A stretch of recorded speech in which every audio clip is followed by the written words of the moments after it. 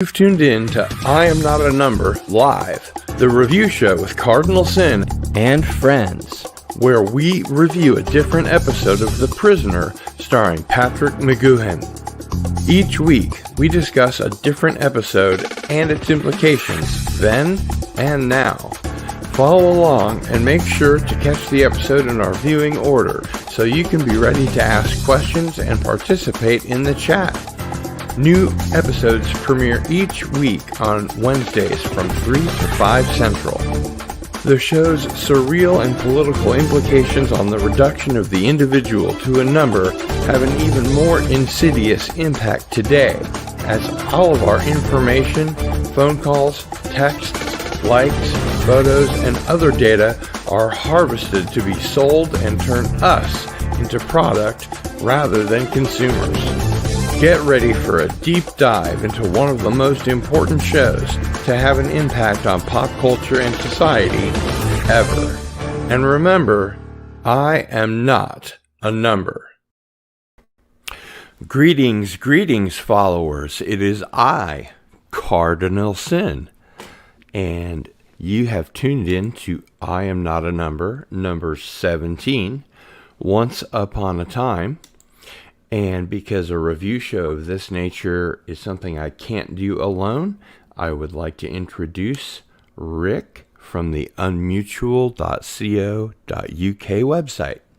Hello, everybody. Good evening, as it is here, and good afternoon if you're local to Cardinal Sin. Lovely to see so many of you again, and what a great episode to be guesting on. Thank you so much for the invitation.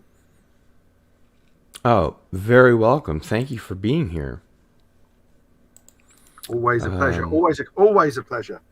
There's nothing better than talking about The Prisoner. Oh, I agree. And I do have some questions for you, actually. Quiz time. Yeah. I will answer them as best I can. Let me get a message out here. Hi to everyone in the chat. Lovely to see so many of you joining us again. Some familiar names there, and some names that aren't so familiar, which is good.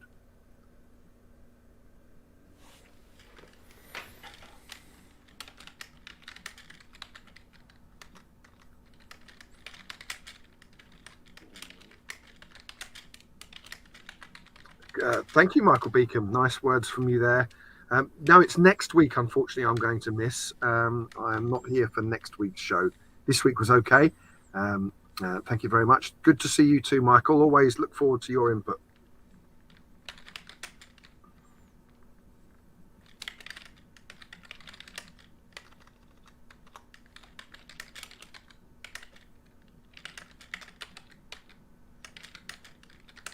Bit of trivia about the episode, if people want to know. Once upon a time, although it's the penultimate episode, it was actually the 6th to be filmed and produced. It was made straight after Chimes of Big Ben, which was, of course, the first time we saw Leo McKern as number 2. And it was filmed back-to-back with that episode and then held over to be the penultimate episode. So when you see Fallout next week, that actually was made over a year after Once Upon a Time was actually made. Hence why in the last episode, Leo McKern looks completely differently. And thanks, Ari, for your question. I shall let Cardinal Sin read that out a bit later, and I shall answer you then. Once Upon a Time originally was called Degree Absolute when it was written by Patrick McGoohan. He originally wrote it under a fake name of Archibald Schwartz because he knew that other crew members would read the script and think it was crazy. And there's one very good story about Mickey O'Toole, the propsman, walking up to Patrick McGoohan and saying, "Where did you find this Archibald Schwartz guy? He's nuts." And of course, it was I remember that. which is great. So it was then changed to Once Upon a Time. Patrick McGoohan wrote it himself and directed the episode as well. 6th to be produced and then held over to be the penultimate show. And I would just like to say hello to everybody in the chat. Hail Darius Munchausen. Hail Ari, my brother. As always, hail Michael Beacom, who is himself an expert at many things. And he has to say, Cardinal Sin, hail to you, sir. Each week I watch you do battle with the internet to make simple connections. It's like someone having to plan the Normandy invasion simply to lay out on the beach. This is sometimes true. This observation is correct. And Rui Pereira is here all the way from Portugal. That's fantastic. Thanks for being here, and hello, my good friend Tessa D777. And that's all that we have for now. So I will commence with the commencing already. Let's get on with it.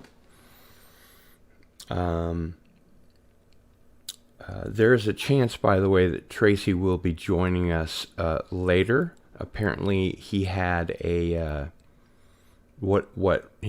his wife Robin calls a podcast, but it's a video, a YouTube show, and it went off without a hitch apparently. So, hopefully, he will be joining us. Always great to have Tracy here. Yeah, Tracy's just a brilliant mind and an expert on so many things. And after all, he did interview or just have a conversation with Patrick McGoohan for 2 hours in his office when he was at Paramount.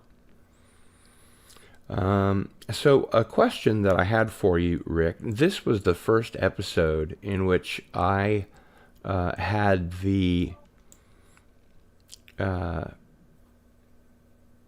information text up while I was watching the episode. Okay. I learned a lot. And I was curious, did you have access to the scripts? And if so, do you have them still?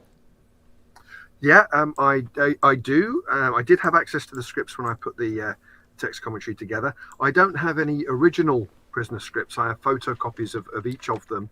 And then they were compiled in book form in 2005 by Robert Fairclough.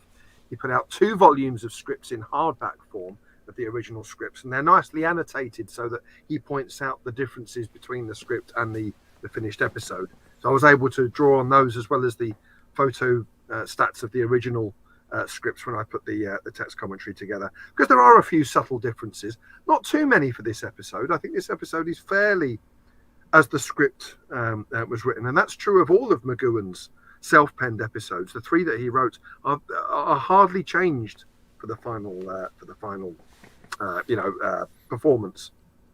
So you don't happen to have PDFs of those scripts, do you? Not to hand right at this second. They are on the 40th anniversary set from Network. Oh, okay. Well, then I have them. Yeah, that's the black set, not the white set that's right. The 50th anniversary. Yeah, they are all as an extra on the in PDF form on that set, along with other production documents. You get some call sheets and movement kind of orders and so forth. There's quite a bit of there's the library list of of all the scenes that were shot, and there's quite a bit on the 40th set from Network. I was really surprised at all the bonus features that are available on the 50th anniversary disc. Yep. Yep. Packed with stuff. The entire first disc seems to be special features. Yeah. What's nice is that none of it was repeated as well. So if you bought the 50th set, you were getting all completely new special features. All new bonus features, yeah. They didn't want to just put the same bonus features on again, because that would be a bit of a swizz. I watched The Prisoner Puzzle, which actually helped me kind of put everything together. And I watched Radio On, which was kind of fun. Many Happy Returns, 50 Years On. And, of course, on Disc 6 is the In My Mind documentary, or the Ersatz documentary, where they tried to make a documentary anyway. Yeah. And then there's the outtake from the from Chris Rodley's interview sessions with Patrick McGoohan in 1983, and then Catherine McGoohan in 2007. I cannot recommend more highly this 50th anniversary set, which is available from Network. And I'll see if I can get it up there without it being too washed out. Yeah, it is a great set, and I think you've said it before yourself that it's like watching. You can't get better picture quality, can you, than the remastering that happened on that set. It is like watching original pristine film, isn't it? Especially compared to the DVD that was in the 40th anniversary set. I guess they included that episode of the unmastered episode just to show you how good their remastering really was. There is a big demand for 4K at this point, and I think a network may feel pressure to release a 4K set, and I know that you think that that's unlikely, but I have a suggestion for you. Okay. I'm happy to pass it on. If they do, I think you should suggest to Network that you record a commentary track for the next release. Oh, well, that's that's something I would very much enjoy doing. I'm not sure they are going to do a 4K. I think we've discussed this before. They tried it for one episode, and it, funnily enough, actually looked worse than the Blu-ray. Right. I think I don't know what the sort of terminology is, but there is some terminology that you get. Sometimes it's kind of over pixelated. I think I'm oversimplifying it by saying that, but I think it actually there was too much grain in there, which is a shame. So I can't see there being a 4K release. But thank you for the kind words. I'd love to be part of it, of course. And welcome, Tracy Torme. Hey, everybody. Hey, Tracy. Great to see you, and great to see your little friend. Hey. Ah. Thank you, sir. Thank you. Good How you to guys see doing? You. Very, very well. So, very well.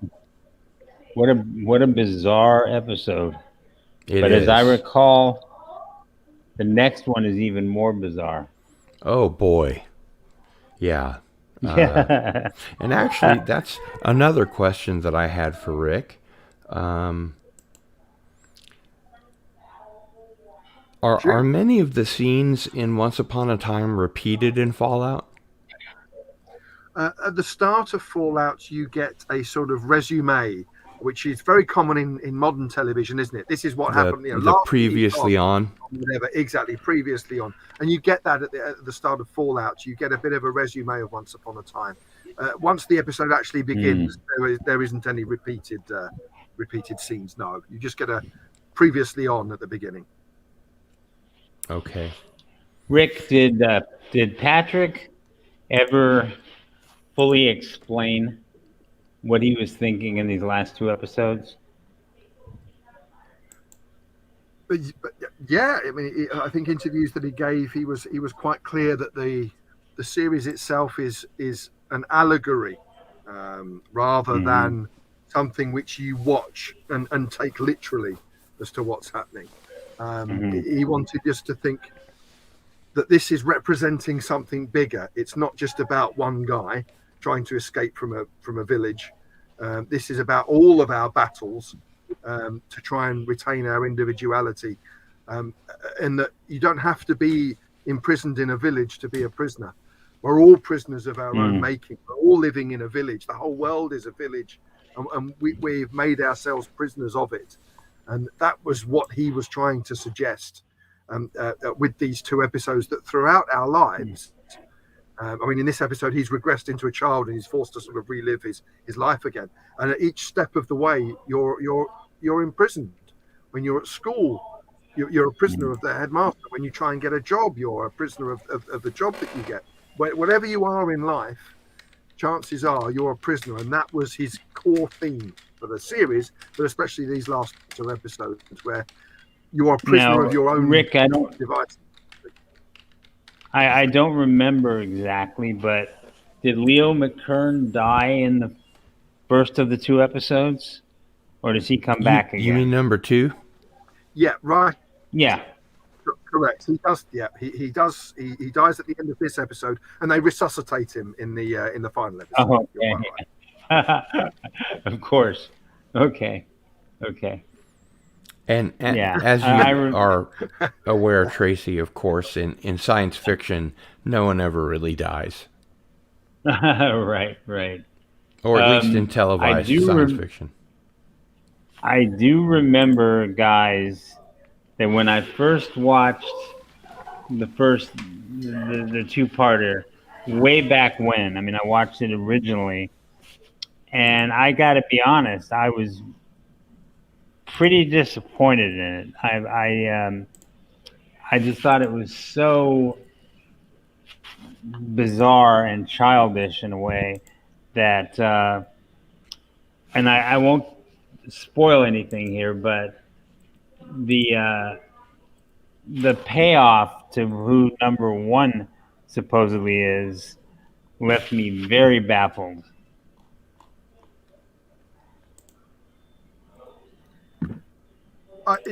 You get 2 views on the last 2 episodes. There seems to be no in between. People that either don't like it and they're confused by it and they think it's a mess and they think it's a letdown, or they and I fall into the latter category, or they think it's a work of genius. You don't get anybody in between. You don't get anyone who says, "Well, it was okay." You either get people who are disappointed and think it wasn't the right way to tackle, all the answers in the finale.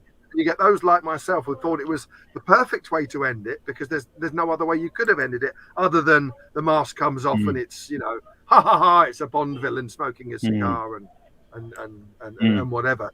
So I completely understand your view. It's a view that many share, Tracy. You're not alone in your confusion and disappointment. I take the other view. I think it was the perfect way to end it. I must admit, the perfect word for me.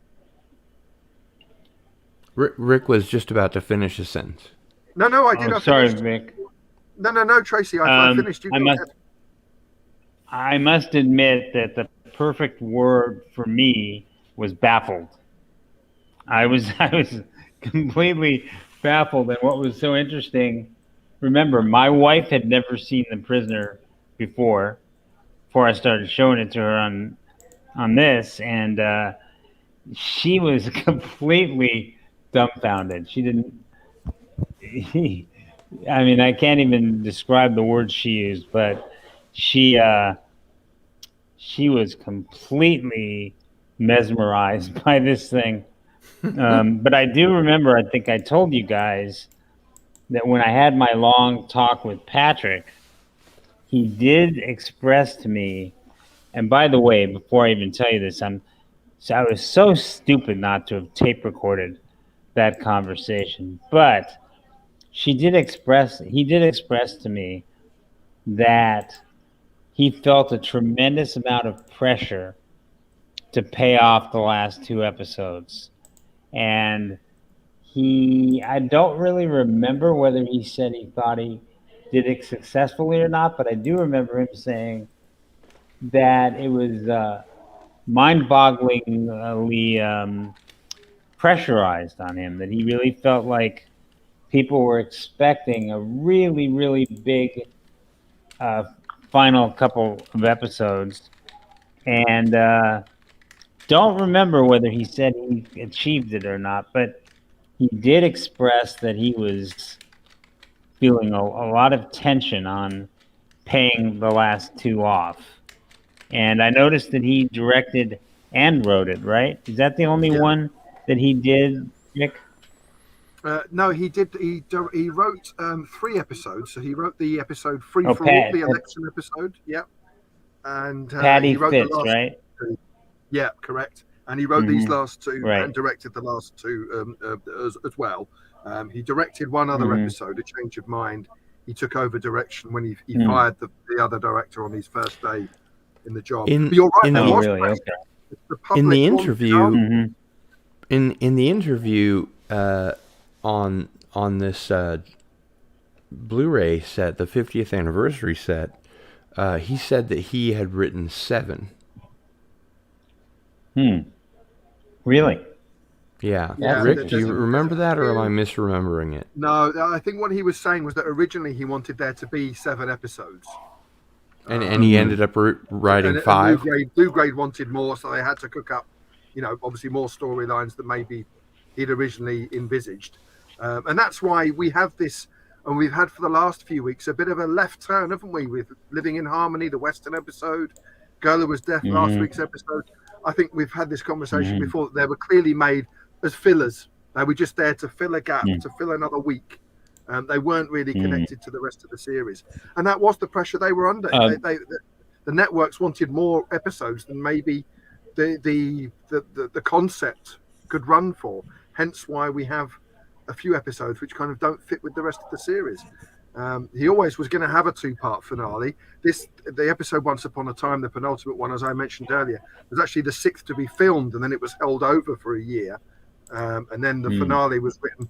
Tracy's quite right, under tremendous pressure. The audience wanted answers. They wanted everything on a plate for them, but Patrick wanted to be more allegorical. He wanted there to be an underlying message rather than here it all is on a plate for you to work out. I think he succeeded that. I think the reason we're sitting here 55 years later talking about it is because it can be seen as baffling. I think if everything had been there and it had been a straightforward spy series with a James Bond ending, I don't think we'd be sat here. I don't think the series would have lasted 55 years and have people discussing it all these years later. I think people would have remembered it fondly like they do other shows of the era. But I think the mystery that these episodes have, and that you don't have all the answers, you do have to kind of interpret it yourself in a way, I think is to its credit. But I can also understand where Tracy's wife is coming from, because my wife saw it in exactly the same way as Tracy's wife, and watched it and thought, what have I just watched? Rick, what the to actual ask you fuck was, did we just watch? Yeah, exactly. Rick, what I wanted to ask you was, what kind of general reaction did he get from the audience? Which I'll also be curious to hear from our audience. But yeah, that's a great question, and Patrick gave interviews about this, and the way he tells it is that he was hounded, that people were phoning up the switchboard of the TV station, complaining, what have I just watched? I've not sat here for 17 weeks, and you give me this rubbish at the end of it. I've sat here patiently wanting to know the answers, and I've been given nothing. And he had to. The way Patrick tells it is that he had to go into hiding because, he wanted people to kind of discuss argue the series. He and wanted people to get be angry and fight about it. But the way Patrick tells it is that he had to go into hiding because the reaction was so angry from viewers. I think over time, Patrick then realised that actually there were people out there that got what he was trying to do. Even if they didn't understand it, they got the idea behind it. They got the allegory of it and understood that he was trying to say a message. I think over time he learned that people did appreciate it. But I think at the time, there was a lot of hostility from what he could see. But that's the thing about all television, isn't it? The people that don't enjoy something are always the loudest. People don't people don't write letters in to say how good something was. They only want to write to complain. So I think that it's kind of like the Magical Mystery Tour. You either love it or you hate it. Yep. One of these days, Rick, I'd love you to explain it to me, because I mean, I like the idea that it's allegory, but I kept trying to watch through this and try to figure out what he was saying, and there's so many things in it that it seems so random. When they start counting the numbers down and up again, and then when I'm trying to remember a couple of the other things that baffled me a bit. I understand that the numbers obviously, pertains to the series, so that actually does make a certain amount of sense. But when Leo McKern starts kind of acting like a blithering child or something. I don't know. I just couldn't quite grasp it. But I do remember a certain image from the next episode that really stuck with me, because then I turned to my wife at the end of this one and I said, "Wait till you see the next one, because the next one is more bizarre." He said, Yeah, "How can it yeah. be more bizarre?" I said, "It is." You know. Yeah. So, Robin needs to trust us yeah. that it really is. It really does take a whole new level of thinking the next episode. One piece of interesting information that you might not know, Tracy, is that Leo McKern, when performing this episode, actually ended up having a nervous breakdown. The episode that we've just. Oh, did he really? Wow. Because when you watch the performance, whether you understand it or not, it's an incredibly intense performance with the two of them. It's like a stage play, isn't it? And the sweat and anger in them both is apparently is real. They absolutely lived this on the set. And Leo had a nervous breakdown. Well, Rick, Leo McKern is a favorite actor of mine because he's in one of my favorite British movies of all time, which I don't know how much of our audience knows, but The Day the Earth Caught Fire. Yeah, did you ever see that? Yeah, wonderful film. Yeah, it really actually, is. If you really get the network release of the DVD, there's a hidden Easter egg on the DVD of an interview with Leo McKern. Really? And he talks about an interview with Leo McKern. Yeah, on the network.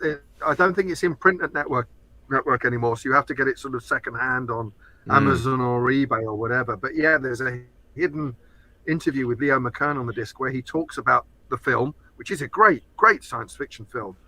Yeah, it really is. He also talks about on the prisoner, and he said that McGurn was a tyrant. That McGurn passed it to him on the prisoner, and that he had a terrible time. So that's one of the interesting viewing. Yeah, one of the main things that I love about that film is the main character is a raging alcoholic, and he's used to be a big wig in the journalism business, but now he's sort of gone right to the bottom. So while part of the movie is watching this guy's fall from grace and really collapse into all kinds of calamity, at the exact same time, he meets the perfect girl for him. And he's slowly sort of climbing the ladder to this love of his life and this soulmate of his at the exact same time that not only is he collapsing, but the world is ending. So it's such an amazing contrast. And it's always been a favorite movie of mine. And anyone that hasn't seen it, I would really recommend it. It's a fascinating movie. I would too. I have a question for you. Yeah. Sorry, carry on, Tracy. No, that's it. Yeah, I was going to say, I have a question for you, Tracy, because we're talking about what sort of great casting Leo McKern was. When you were writing and creating the things that you've written and created, was there ever a time where you wrote a character hoping that Patrick McGoohan would be the one to play it? No, I can't say I did, but I mean, I would have been delighted if he had done it. But pretty much by the time I was writing, he was pretty much, I don't want to say retired, semi-retired or whatever. And then, of course, I marveled at him in Braveheart. He was great in Braveheart, and he was absolutely evil in Braveheart, and it's really brilliantly played. And I'm also, Gil, looking forward very much to seeing Ice Station Zebra. That's going to be a lot of fun after, and also the Danger Man episode. Yes, in our watch when party. When exactly is that going to be? Well, boy, you've kind of caught me on a question that I'm not sure how to answer. I really would like to have Rick with us for Fallout, and I'm thinking about either maybe putting the show on pause for a week so that we can have him with us, or Yeah, that makes a lot more sense. maybe showing. Well, we couldn't do the Colony 3 watch party because I want him around for that too. So yeah, maybe we'll take a break next week. Okay. Okay. Well, I also can do wanted it to say, after, so that'd be great. yeah, I also wanted to say a couple of more very interesting things about Day the Earth Caught Fire. Two things that come to my mind. First of all, the main character is an actor named Edward Judge, who was also in a famous science fiction movie. What's the movie about the astronauts that actually go to the moon in the 1800s? You guys know that one? No, I guess don't. not. I can't think of that film. Yeah, he's a Victorian guy, and he accidentally sort of travels into the future and lands on the moon. But the guy's name was Edward Patrick McGowan Judge. does? No, Edward Judge, the guy from I see. Day of the Earth Caught Fire. And Michael so the Beacom interesting says, thing first was, men in the moon. yeah, that's exactly right. Exactly right. Michael But anyway, Beacom is always right. Seems to be. So anyway, when in the movie Day the Earth Caught Fire, Edward Judge, the main character's name was Peter Stenning. Very nice English name.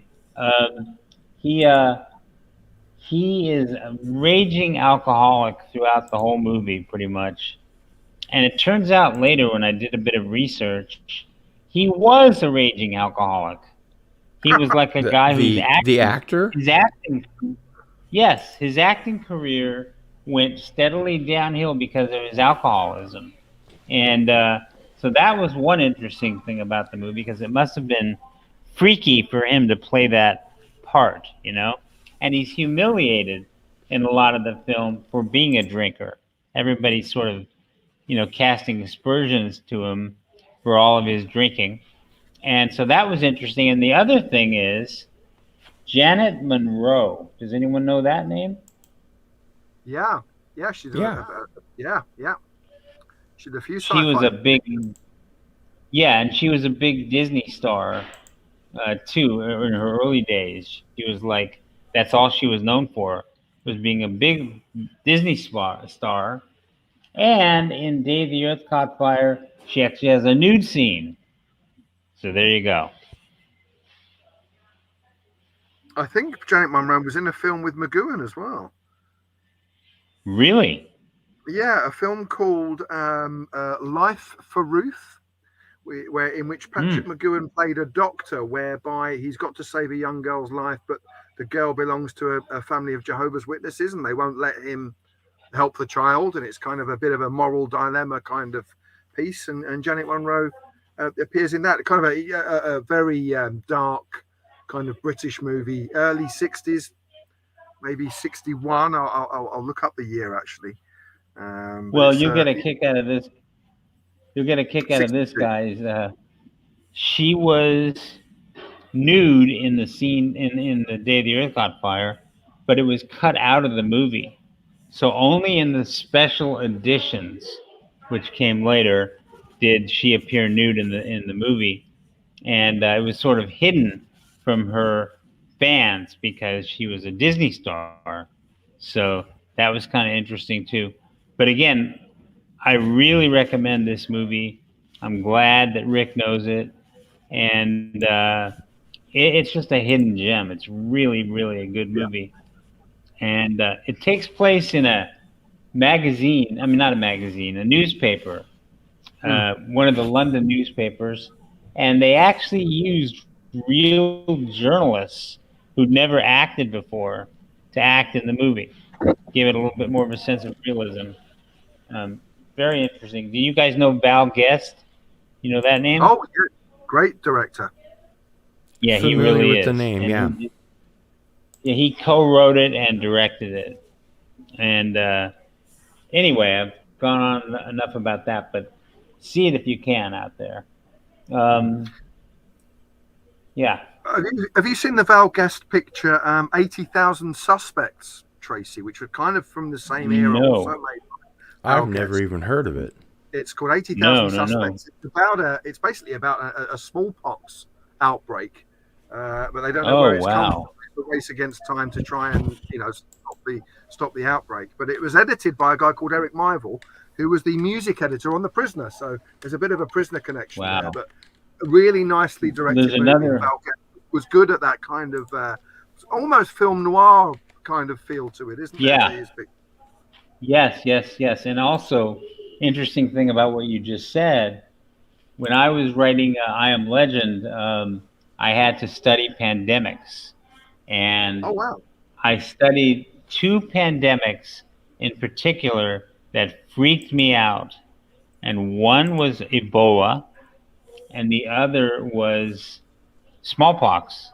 Smallpox is the most horrifying disease. I mean, we've probably all heard of it, but no one really realizes what it does to you. But it just does the most horrific things to your skin, and you turn into like a zombie.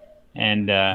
it was one of the really great pieces of forward medicine that we ever saw smallpox, because probably be still raging today. It's horrifying, really is. It's Yeah, it's So it only makes sense that $75. What? Oh, that's for the Oh, that's the poster. I'm poster. sorry. Yeah, that's the original poster. Yeah. Wow. Oh. I thought you were saying it was $75 for the DVD. I think My it's bad. available from Network Guild for $7.99 on Blu-ray. Great. What did you say about Blu-ray? Yeah, it's available from Network. I think it's £7.99. Oh, So good. you can get it from Network fairly cheap on Blu-ray. But yeah, I like his style of directing. As I say, I'm a bit of a fan of film noir. The early Danger Man episodes are kind of done in me that too. film noir style, and Val Guest always directs Mhm. that. You've always got that kind of undercurrent, haven't you, of tension that he brings really nicely to his films. Yeah, he really is. He really is a first class, sort of minor known director. Although I guess he's pretty well known in England, but he's certainly never considered much more than a B director in American. Yeah, I think you're right. Yeah, But I he's think you're completely right, Tracy. Yeah, he's always done a good job. He really has. And one other quick story for you guys, because this one's so hard to believe. When I was trying to remake the book I Am Legend, which had been made into The Omega Man and The Last Man on Earth, so it was Which actually is the third best time it was adaptation of Richard Matheson's original story. made. Right. It's the most faithful to it, definitely. Anyway, we went into Warner Brothers studio because they had the rights to I Am Legend. We were all prepared to do this big pitch, telling we had the whole plot worked out, from the movie, and we were just totally confident that we were going to sell the movie that day. And a little ways into the meeting at Warner Brothers with like 3 Warner Brothers executives, they started looking at each other strangely, and we started wondering what's this about, but we didn't say anything. And they finally said, well, we can never make that movie. And we said, really? They said, yes, because it has the V word. And we thought they were kidding us, And they said, we did a movie a little while ago called Love at First Bite, and it lost a lot of movie. And we have all vowed to each other we will never make another vampire movie as long as Richard we're Benjamin, at the studio. great film. But not according to Warner Brothers. So they turned us down flat immediately, and that's the reason that I had to agree to study pandemics with like some of the leading experts in the world for pandemics, and I spent 2 or 3 weeks with them and came up with an alternate idea. But the greatest vampire book of all time, in my opinion, could never be made because it was about vampires. So there you go. And I Another think I Hollywood recall story. you saying, Tracy, that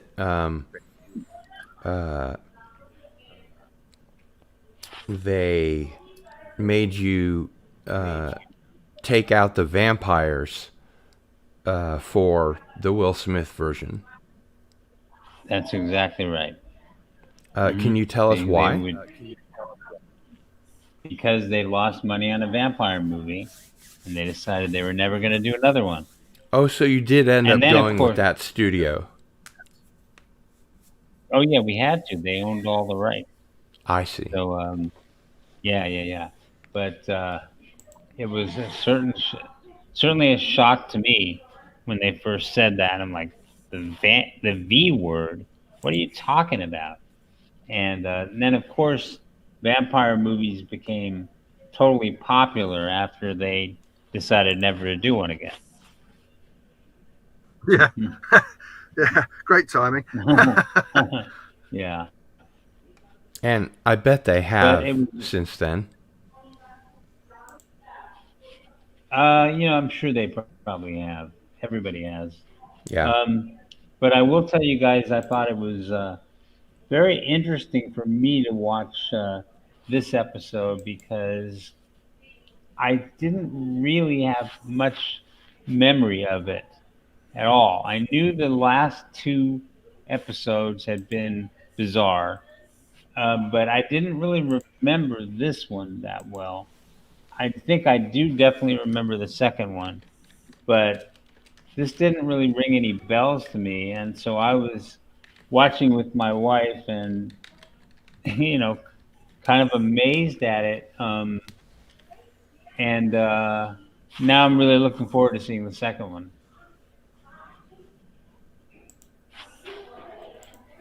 What Yeah, did you think absolutely. of the fact that they've chosen to do an episode whereby everything's very minimalist, like a theatre play? There's only 2 actors plus little Angelo. It was all done on one set, kind of almost like a continuous scene, almost, isn't it? Did you feel that kind of detracted from what they were trying to do, or do you feel that did actually add something to it? Well, the first thing I thought of was how they always played those children tunes, Pop Goes the Weasel and those type of things.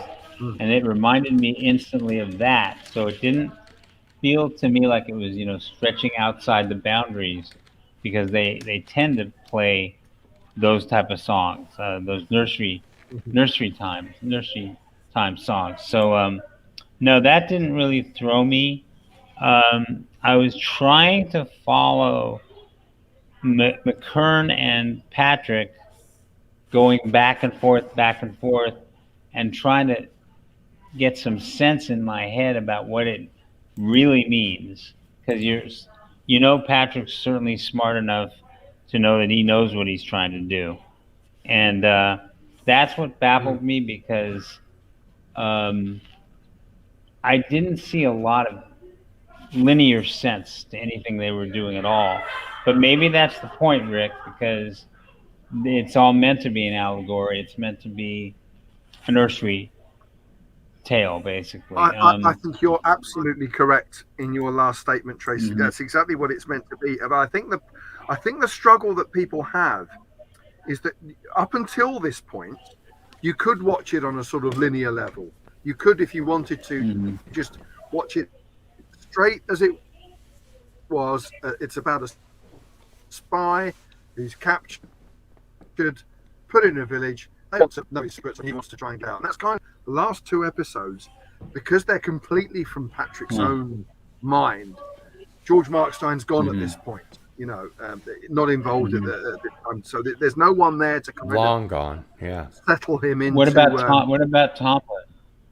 Well, I think Tomlin at that point was right on board with McGowan. He agreed that allegory was the only way to kind of end it, because I think they both felt that how could they do it? How could they end it as a straightforward? Oh well, he got out, and the big villain at the end was a Russian guy, and I think they wanted to do something a little bit more interesting, a little bit more sort of quixotic, if you like. And I think they succeeded in that. But the problem in succeeding in being allegorical is that you lose a lot of your audience, because up until that point, everybody's watching it on, as you say, on a linear level. So I think you're exactly right that at this point they thought, well, the only way to go is allegorical. Did they lose a lot of viewers at that point? That's the problem. Yeah, Rick, did Tomlin maintain a producing credit right up to the end? Whether he was credited on screen, I don't know, but he was co-producer on the on every episode. Yes. Okay. I'm not sure he was credited on screen. He's dead now, right? Yeah, he is. Yeah, obviously he went on to work with Spielberg and so forth on other movies. He died about 10 years ago, I think. But he was interviewed about the series on a couple of occasions. So there are kind of interviews out there with him. He didn't talk a great deal about the series, but he was very much trusted by McGoohan. He was very, very much on McGoohan's level. There weren't many people who I think could, I wouldn't say challenge McGoohan, but were enough on McGoohan's level to have a proper conversation with him. Obviously, you were one of those that were, and that's why we've discussed this before. After about 10 or 15 minutes, Patrick really warmed to you because he knew that he was talking to an equal. And he had that with Tomlin, whereas other people on the series, I don't think could intellectually challenge Patrick. I don't think he felt that there were enough people around him who were kind of on his wavelength, but I think Tomlin was one of them. Do you know what his last film was, Rick? Patrick or David Tomlin? Patrick. Patrick's last movie role was a voiceover on a Disney picture called Treasure Planet, where he did a voice of Billy Bones, I think, which was kind of an evil pirate sort of guy. His last on-screen movie, I'm sure, was The Phantom, where he played the I never saw that. The ghostly father of Billy Zane. It sort of pops up as a ghost giving Billy Zane advice as to on how to be a superhero. You know, I've seen that and I didn't even recognize it. Was that based on the old comic book? Yeah, correct. Yeah. I'll just absolutely double check that. If that wasn't his last picture, that was his penultimate one. Around, late 90s. He didn't do a great deal after Braveheart. He did a thing called Hysteria, which was a very interesting picture set in a mental asylum.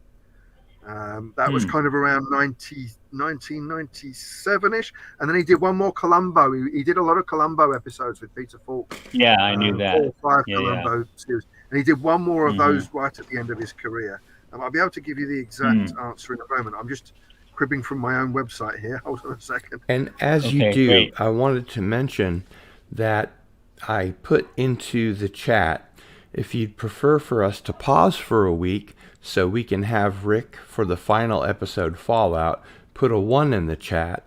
And if you want us to proceed without him, put a 2 in the chat. And everybody has put in a number 1. So we will pause next week, and great! I'm pleased that I can join you. Yeah, that would be Tracy, no-brainer.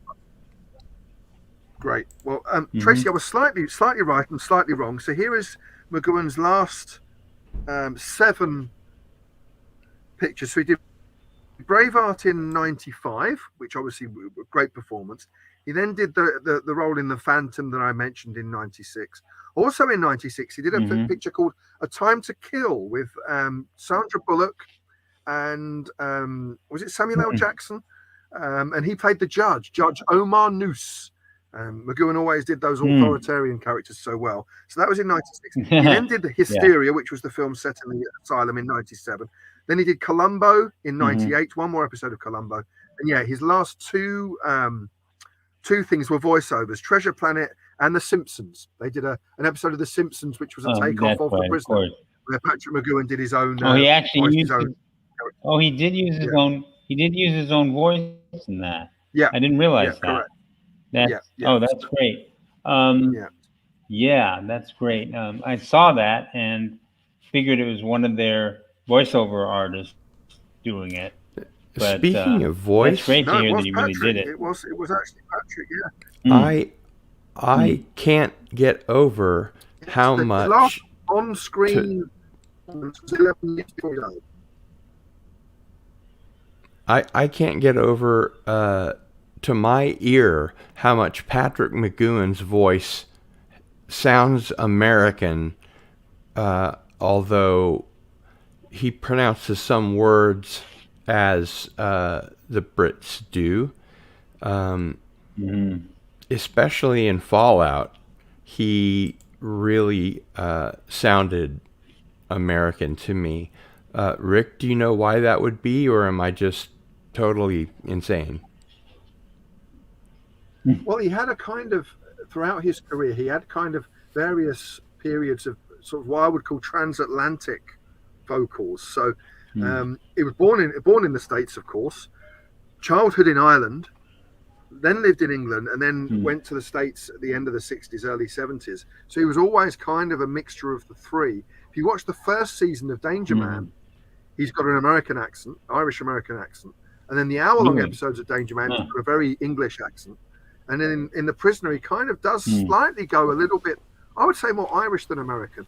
I'm not sure there's a lot of American in Fallout. That might just be your ears. I mean, I'll be interested when we watch it for next week. And in the movie All Night Long, he sounded completely American. So I guess he was putting on that accent or that affectation. Because That'd be interesting. place, I've never heard that. It took place in the U.S. He does play Americans very well because he was one, really. You know, people think of him as sort of a quintessentially British actor, but he was born in New York, in Queens. That was actually one of my trivia questions on Cardinal Sin and Friends, my panel show. We do a trivia smackdown format for the first hour, and I asked the question, what was his nationality of birth, and everybody got it wrong. Did you guys ever see a Disney film called Scarecrow?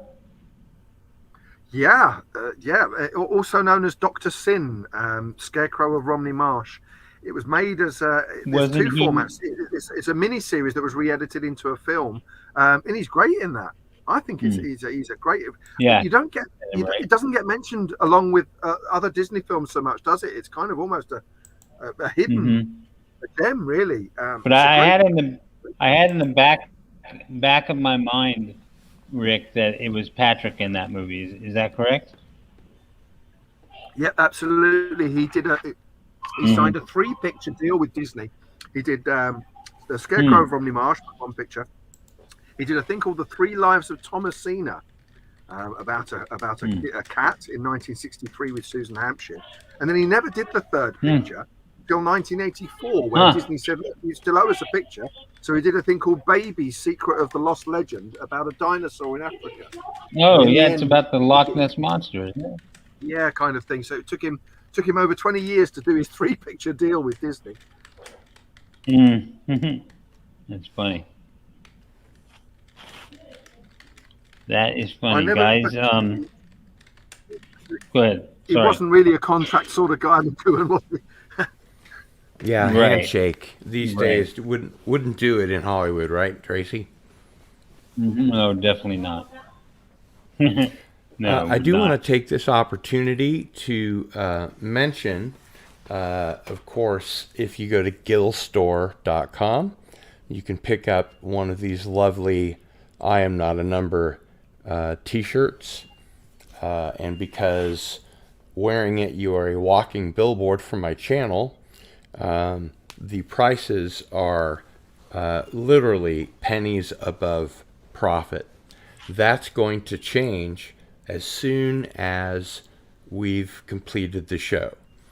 So if you want to get a shirt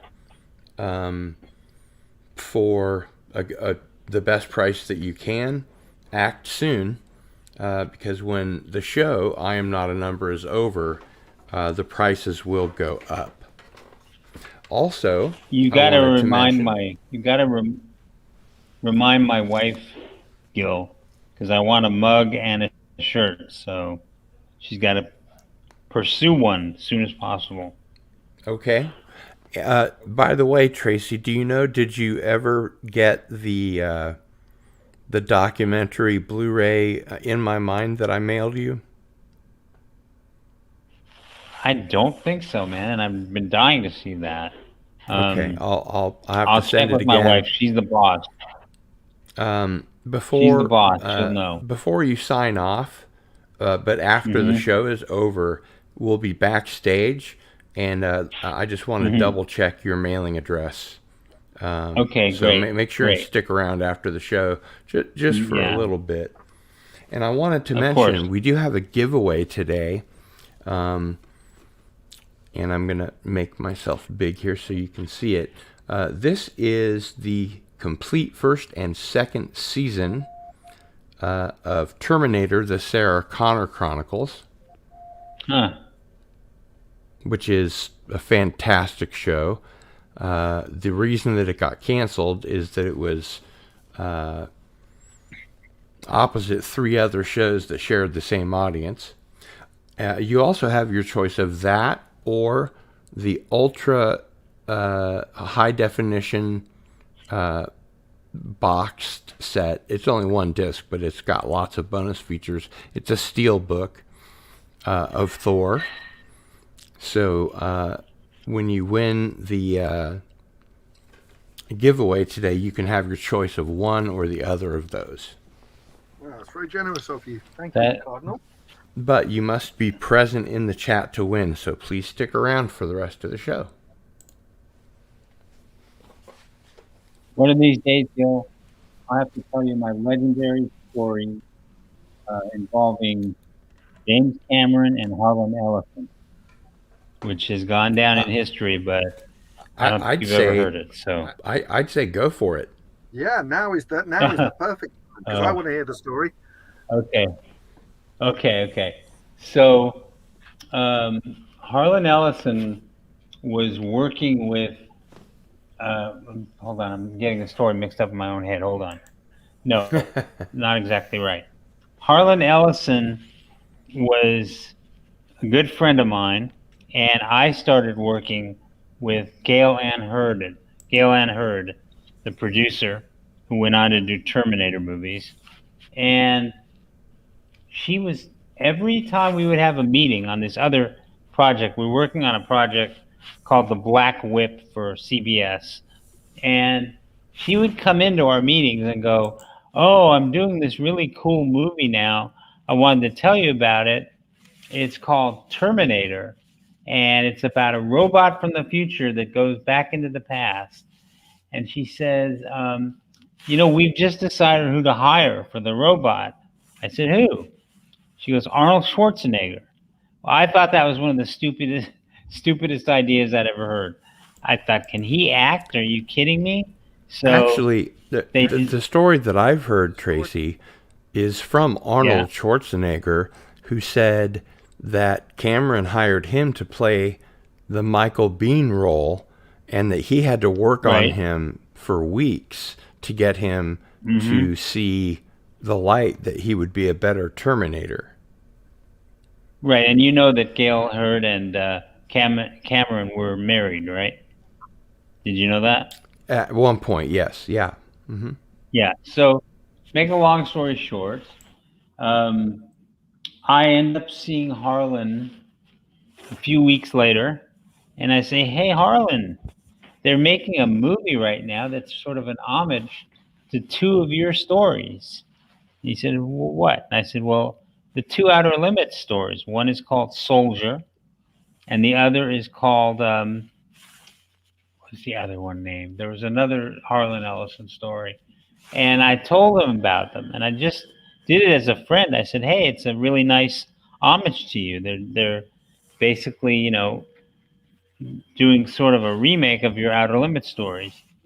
So I tell Harlan this, and then a few weeks go by, and he says, "Tracy, I'm going to owe you for the rest of my life because you've just got me a lot of money." I said, "What?" He goes, "Yeah, we're suing the hell out of Cameron, and we're already getting a settlement put together. And not only is it going to pay me a lot of money, but it's going to say thank you to Harlan Ellison at the end of the Terminator movies."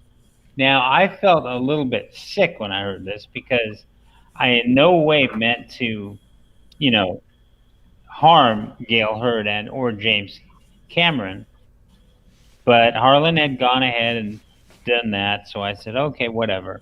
So what happens next is I'm just trying to get this story totally back together in my head. Um, she Harlan gets a lot of money, gets a really nice credit, and I wish I could remember that second Outer Limits story. One was Soldier, and there Soldier was another one. and Demon with a Glass Hand. That's exactly right. So Harlan, as far as I know, the story is over. Okay, and that's it as far as I'm concerned. But what happens next is someone approaches me that knew Cameron and said that Harlan Ellison had told them the story. My very good friend Tracy Torme, got all this for me, and I'm grateful to him and everything. But it gets worse. It gets worse. He says, "Yeah," he goes, "Tracy told me he was on the set of Terminator, and James Cameron just admitted to him that he had stolen a couple of Harlan's stories. And Harlan's just telling this story cheerfully, right? So I call Harlan up that night and I go, "Harlan, what are you doing to me?"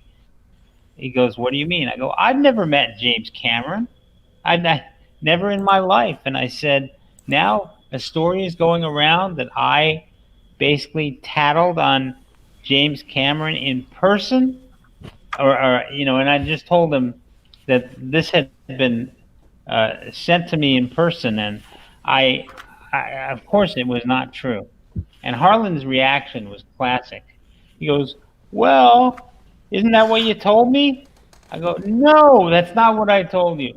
"Oh, I got the story a little mixed up." I said, "Oh, great. Now I've got a really good enemy in Hollywood." So I tried later on to talk to Gail Hurd about it, and she was ice cold to me, which she had never been before in her life. And I was trying to say, "Hey, isn't this weird? Harlan told this fictitious story." She was not amused because I think that they probably cost him some money. And I was just, chagrined. I just couldn't believe this was happening. And to the rest of his days, I used to tease Harlan about it. I used to say, "Harlan, any other stories about me you want to pass around today, to make me commit suicide? That'd be cool." And Harlan, always sort of saw the humor in it. And he didn't do it to me on purpose. It wasn't like he went out there to, tell this story to harm my reputation or anything. But I was so humiliated because I would never say that I knew Cameron, that he admitted this to me, and all that. So Harlan really, really did me a number there, and to this day, I've gone online, and that story is all over the place online, where it still says that I met James Cameron, and James Cameron admitted to me that he had ripped Harlan Ellison off. You can find it yourself if you want to go online, but it was just an accident, but it was pretty traumatic to a certain extent because I don't like going off as some kind of a hideous liar, which I would have been if I'd said that I met Cameron.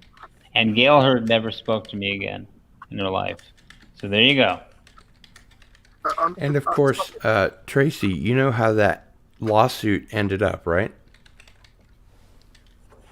I know that he got a lot of money, but what else?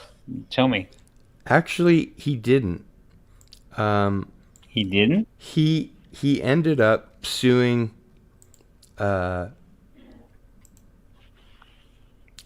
James Cameron for $1 and Oh, really?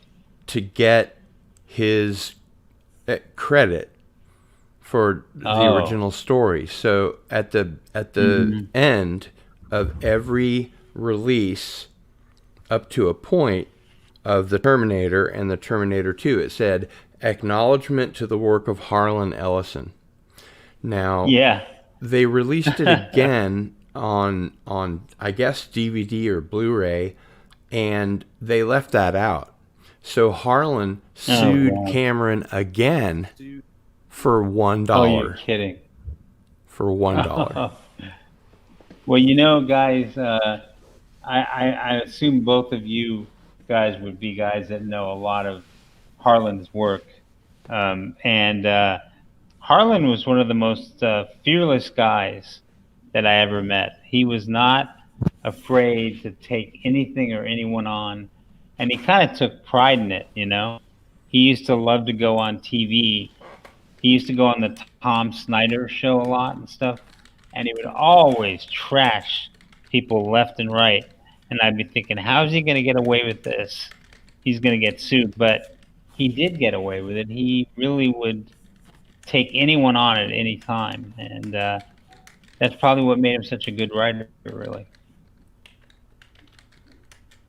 Well, he was the kind of person that at the drop of a hat would become incensed and then challenge you to a write-off. Yeah. You know, I remember one time. Go ahead, finish, Gil. I was just going to say that there is at least one episode that I recall where he was in a bookstore for an appearance, and somebody slighted him, or he perceived that they slighted him, and he said, "All right, why don't you write this and I'll write this." And he spent the rest of the afternoon in the window of the bookstore with his typewriter. Oh, God. That's great. Never heard that one. But he, how well is he known in England, Rick? Not massively outside of what we might call the sci-fi fan community, so to speak. If you walk down the street and said their name, I don't think many people would recognize the name particularly, but certainly, you know, in the fan world of science fiction and television and film, fairly well known, but certainly not as well known as in the States. Did you find that there were a lot of people with that kind of attitude around the industry, Tracy, or would you say that when you think about all your time in the industry that people have not been generally like that? Most people are cowards. I mean, they really they don't want to ruffle any, you know, feathers or anything like that. That's what made Harlan so unique. But, you know, Harlan would get angry over some of the most ridiculous things. So I had a very long friendship with him, and most of the time we were on great terms. But sometimes something would happen that was minuscule, and he would hold a grudge for weeks. It happened one time when a friend of mine wanted to meet him over dinner, and my friend was like 20 minutes late, and Harlan was pissed about it, you know, for months. Sounds crazy, but that's the way it was. And one time I was insisting to Harlan that he probably wasn't a baseball fan, because I'd never met a baseball fan exactly like Harlan. And he got extremely, is it the right word, indignified? He was really pissed that I would dare, indignant, sorry, that I would dare to claim that he didn't love baseball. And then he spent the next several times we had dinner telling me about the old baseball players that he knew, and he knew more than anybody, and he knew Ty Cobb, and he knew this and that. And it would just be something silly that he would get angry over. Now, Harlan had an English wife named Susan, and it was the only wife that he ever stayed with. I think he was married 4 or 5 times. But when he met Susan, and she was originally, I think, a fan, they got very close, and they were close together right up till his end. And there was something I was going to tell you about this. See, my mind is shifting on me. Something about Susan I wanted to tell you. His Well, English wife. anyway, to make his English wife, she's the only one that stayed with him to the end, and he was in some difficult shape toward the end, and he was sort of deteriorating with some disease or not. I'm not even totally remembering which one it was, but I always really, really respected him for always saying what he thought. He would not pull a punch on anybody. He would say anything he thought at any time, and he was also such a brilliant writer that I was kind of, I was kind of embarrassed by how much of a better writer he was than just about anybody I knew, because he was a real wordsmith. He just knew words so well. And my wife and I were good friends with Harlan and Susan, and we do miss them. I mean, they were good friends, apart from occasional droppings out that we had, but they were always over something really stupid. I'll Which give you one Harlan example. Ellison had with everyone. Everybody rubbed Harlan the wrong way.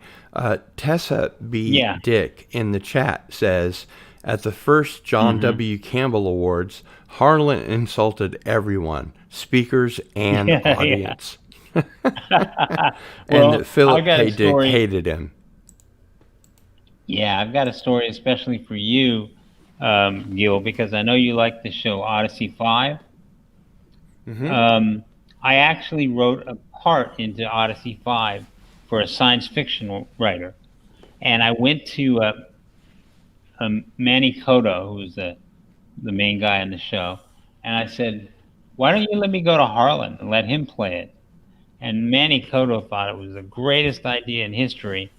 So I went to Harlan, and I said, Harlan, I know how you feel about these type of things, but we want you to play a part in our Odyssey 5 episode. And so we arranged to have Manny Cotto come in and meet with Harlan.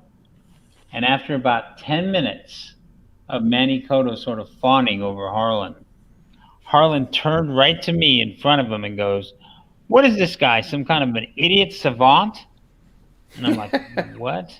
And he was basically trying to imply that Manny Cotto was a moron.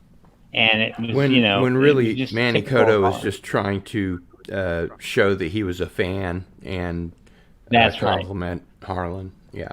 That's right, exactly right. He probably challenged him to a write-off right there at the moment. Yeah.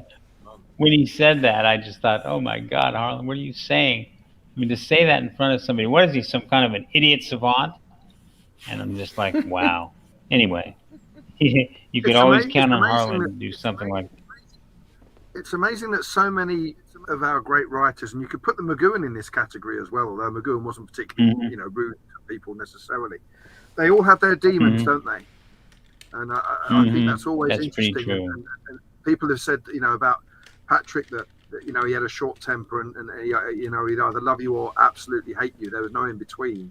Because he didn't suffer fools gladly, and there's a lot of people around like that. But it's interesting that the really great wordsmiths have their demons in there. It's almost like you can't have talent without there being a negative side to that.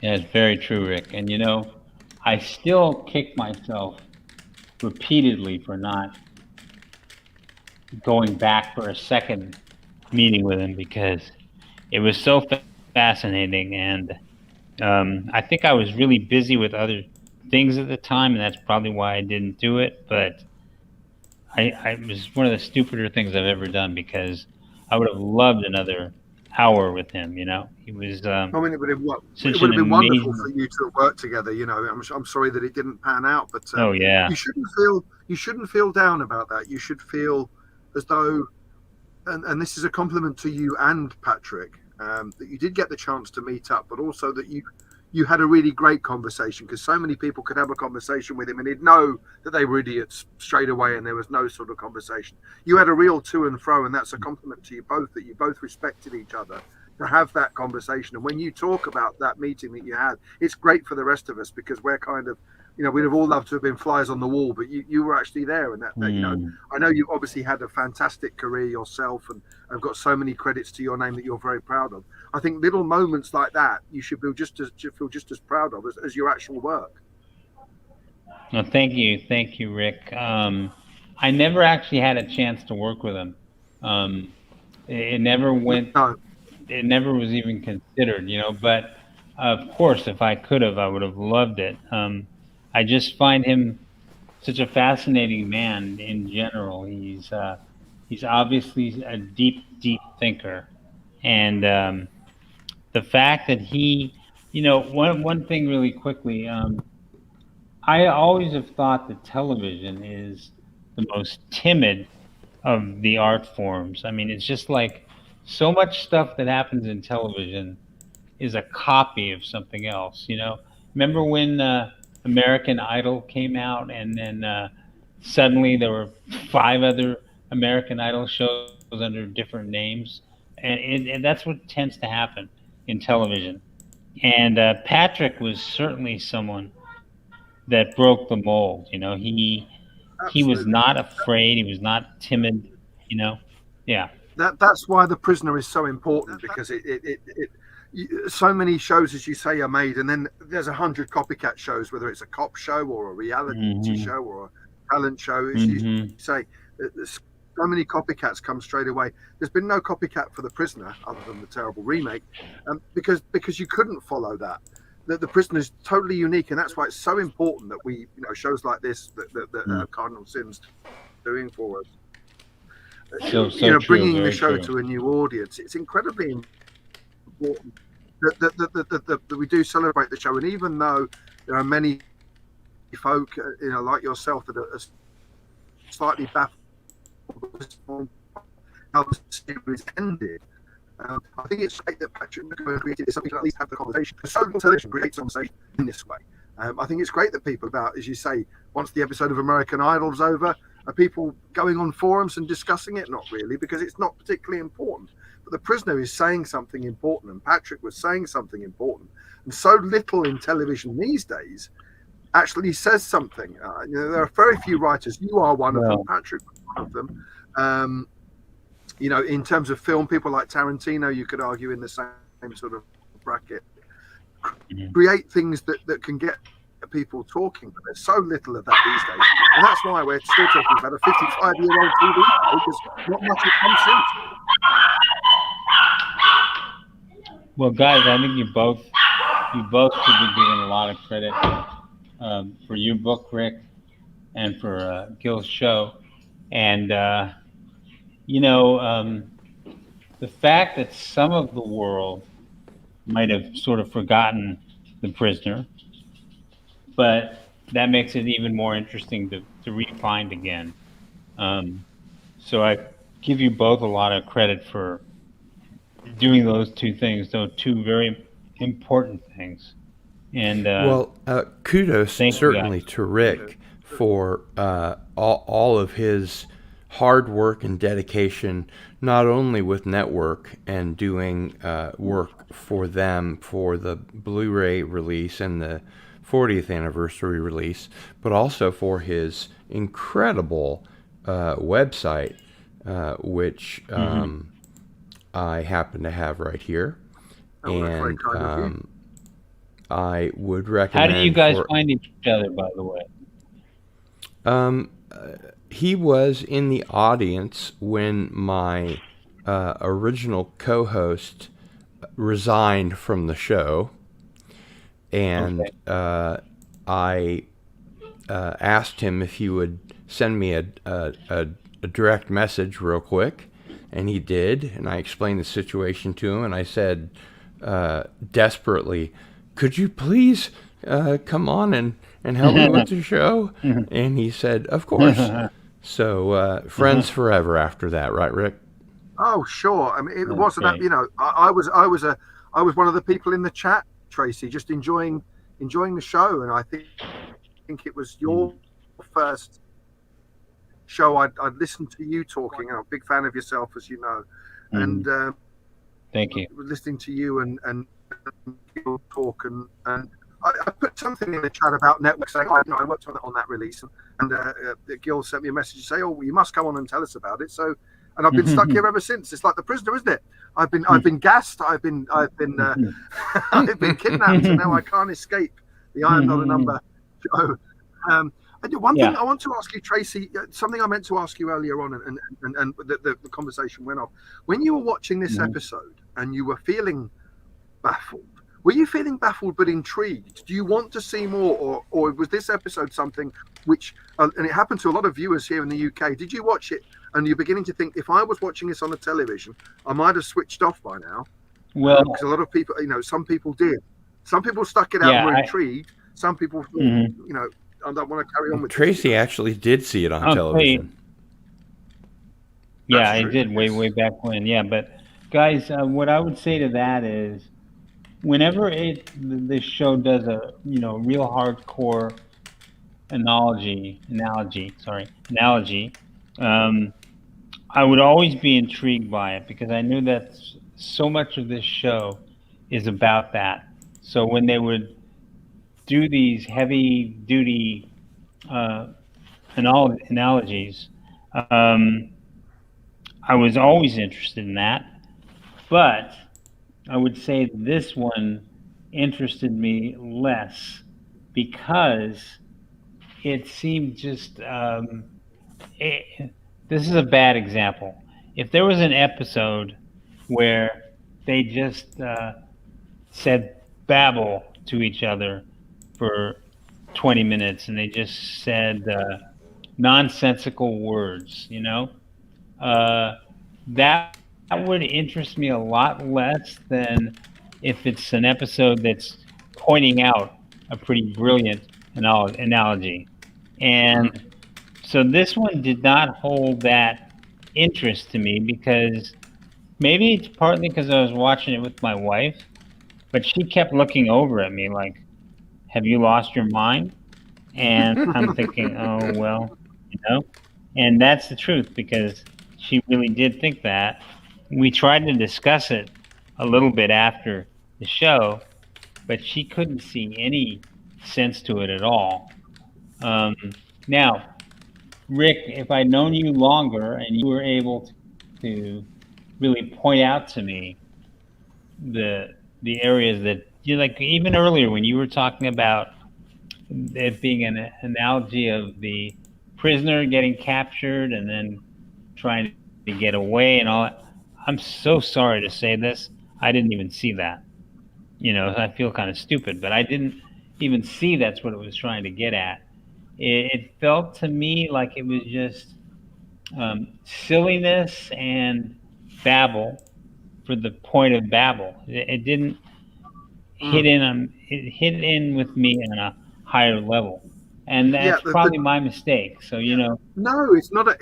Just to make it absolutely clear, it's not a mistake at all. And when it comes to this episode and the final episode, what Patrick wanted people to do was to take their own interpretation from it. Although there is an underlying message of, we are all prisoners and there is no escape, and no matter what you do in life, because of the structure that we've built around ourselves, we're all prisoners, of our governments or whatever, however you want to put it.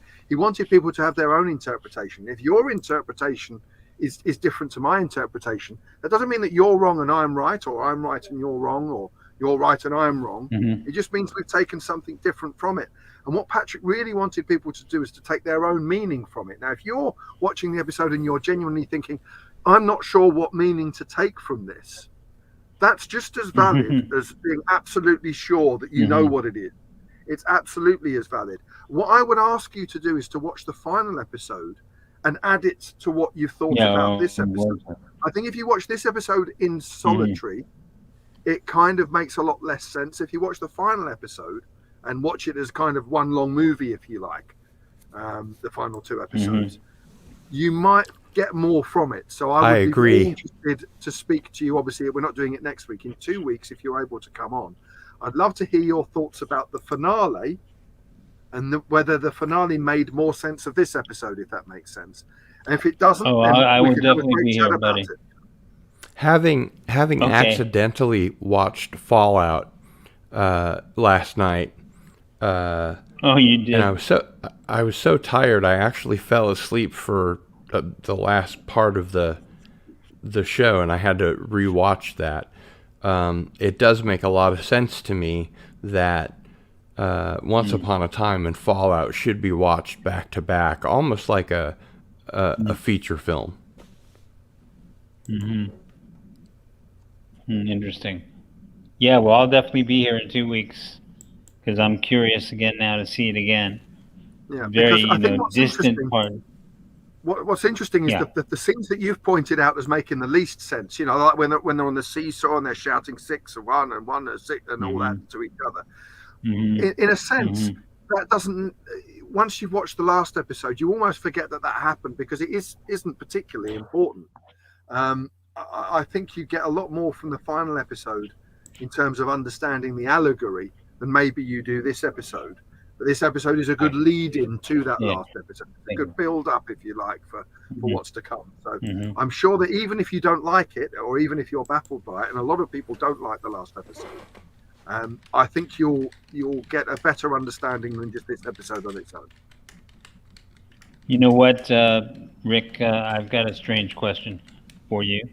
You think Patrick was a Monty Python fan?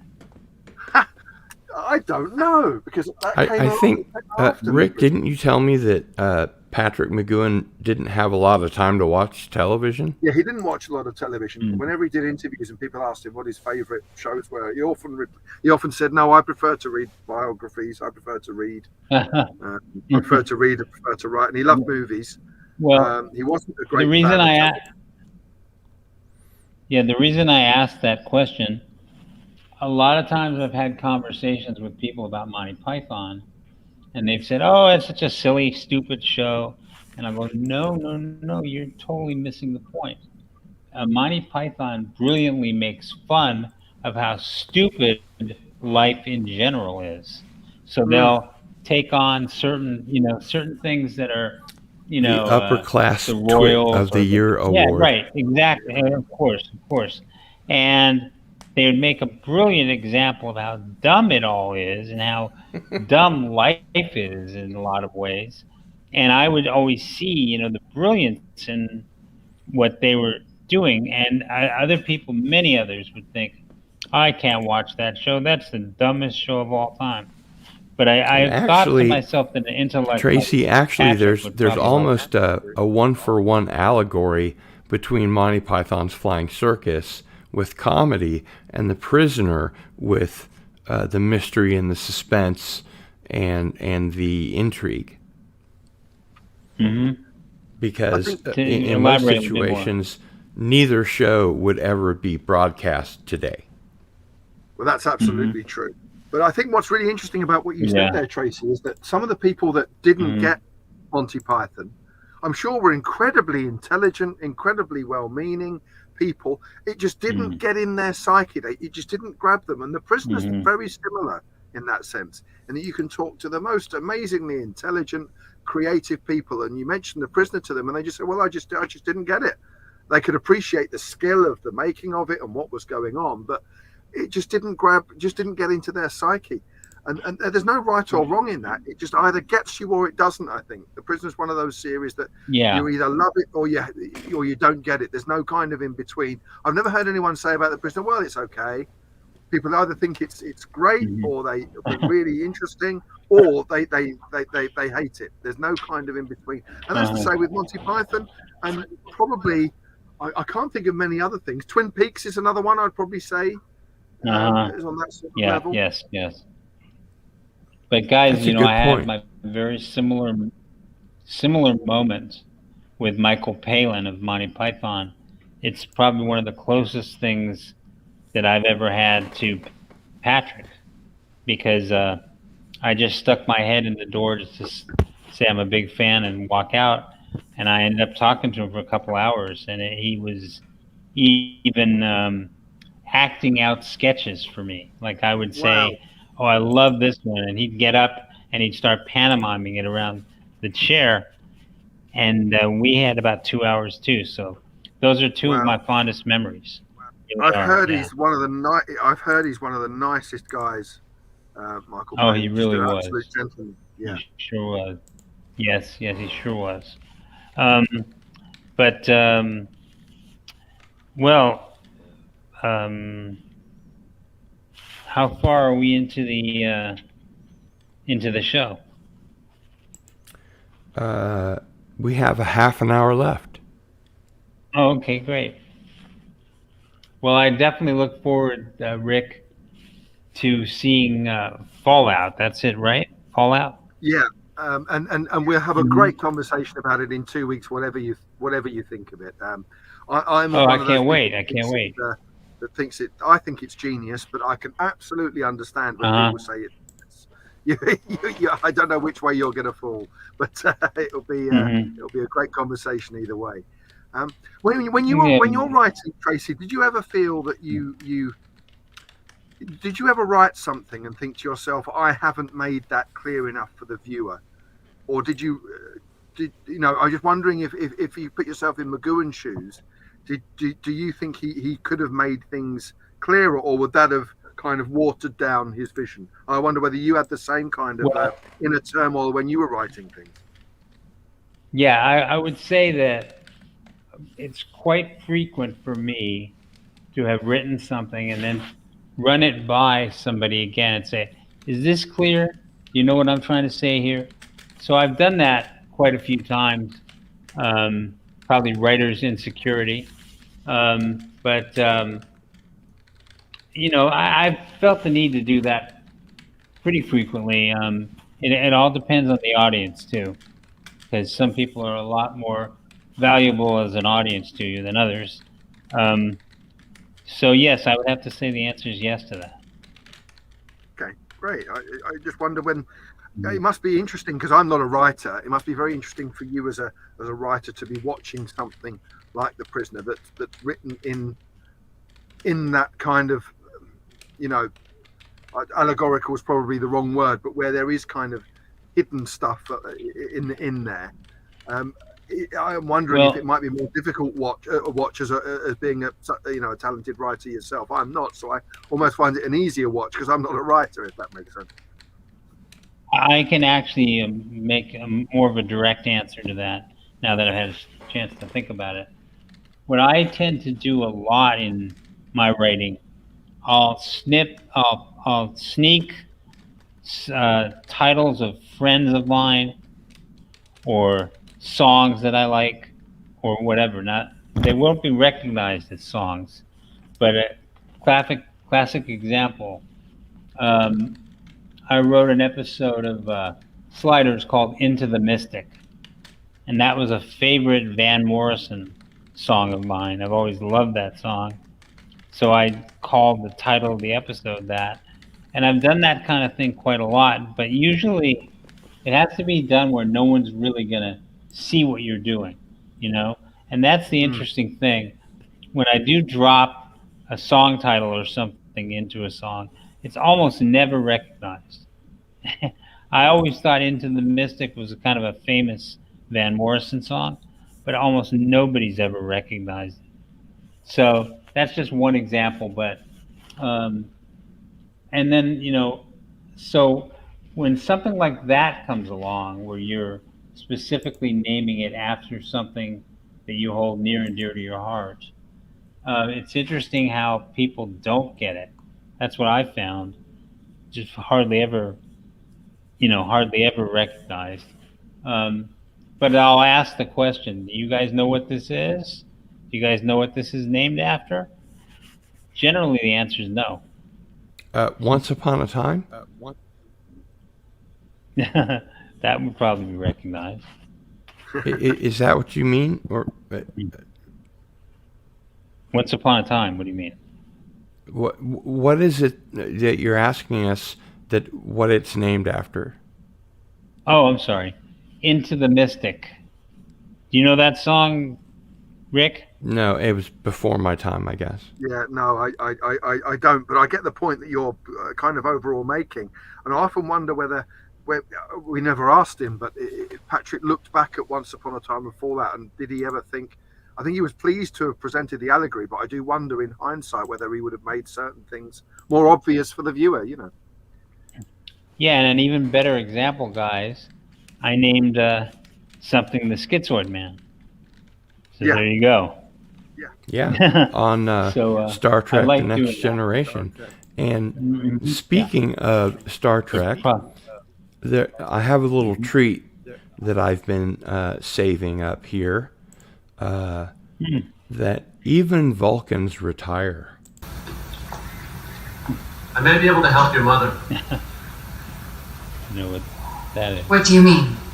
My father could have her reinstated. She retired. She was asked to resign. Why? I said more than I should. I thought that was perfect because we talk about Star Trek and the prisoner having similarities so much that I thought you guys would get a kick out of that. Oh, that's great. I'm not sure I could see it too well, but I'll take your word for it.